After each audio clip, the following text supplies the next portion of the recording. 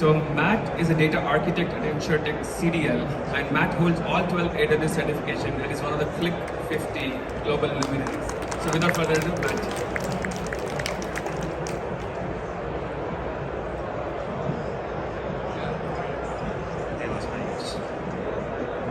Hope everyone's enjoying reinvent. Hi, I'm Matt, and as the title suggests, I'm not a data scientist, but that doesn't mean we can't do some machine learning and AI.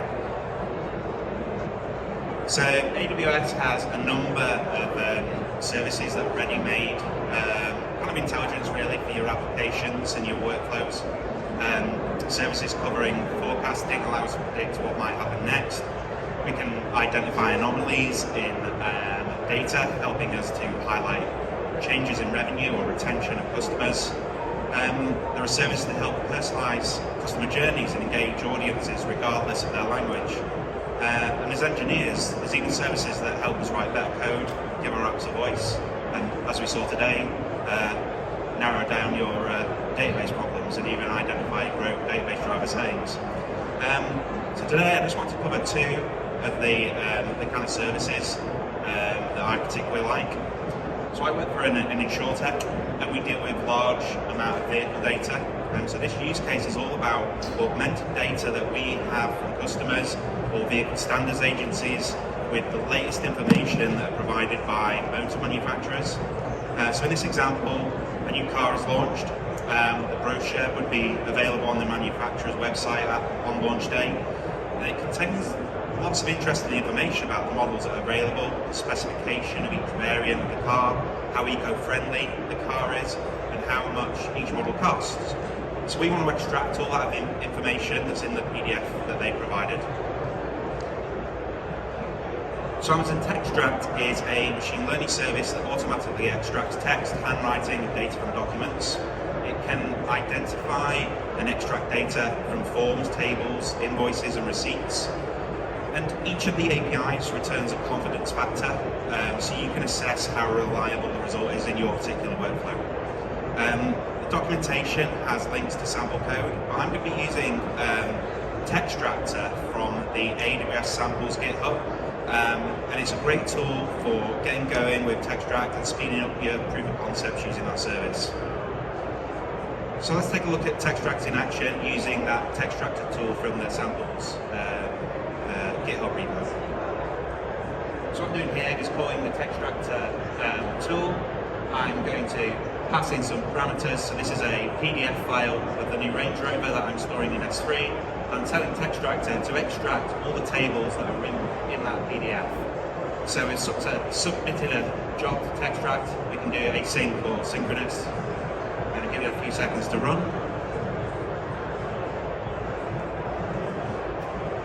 See, it's processed 4 pages and we've extracted the text successfully. So we look in the directory, we just do an ls on that and look at CSV files. There are a number of CSV files there, and the ones with dash tables at the end are the ones that contain tabular information.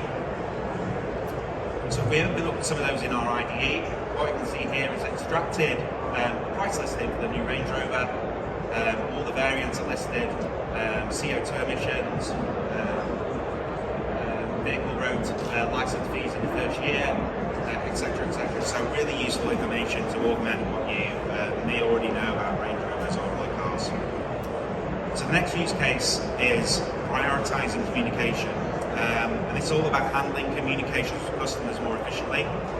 So in this example, customers send us a message. In this case, it's a letter of complaint. We want to make sure that we identify the type of message and route that to the most suitable team to handle it. So you'll often find that organisations have special teams set up to deal with customer retention, customer complaints. They might be trained in handling awkward situations with customers. So it's obviously important that we get this right. So in this case, the customer's complaining about the renewal price for their insurance being higher than they expected. We can use the message from the customer as the input to get the key themes of the message, understand the sentiment of the message, also protect any personal identifiable information. Often there's compliance rules in organisations that maybe dictate that only the finance team, for example, can see bank account details. So this code takes the file containing the customer's message, pulls the various comprehend APIs to detect the language, the entities, the key phrases, PII, and also the sentiment message. So let's take a look at the output that gets returned from the code. So I'm just going to run that Python script, and I'm going to pass in as a parameter the letter. If we scroll up to the top, we can see it's detected the language, the key entities that are part of the message, the key phrases that are part of the message.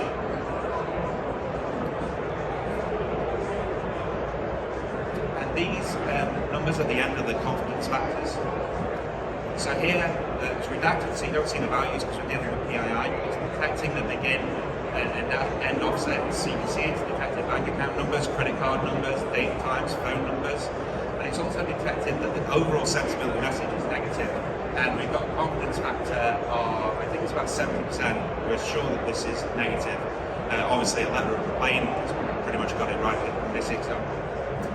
So, if you want to try out Comprehend quickly, you can also just use the AWS console, paste your own text in.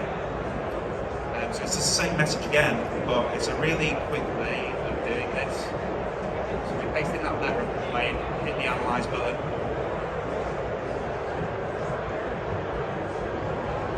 You'll see separated by the tabs, we've got the key entities, so it's detected me, my email address.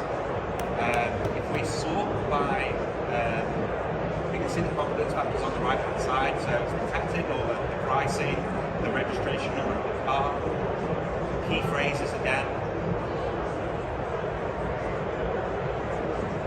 And if we sort by the confidence factor, my annual review quote comes up at the top, which is exactly what that letter is about.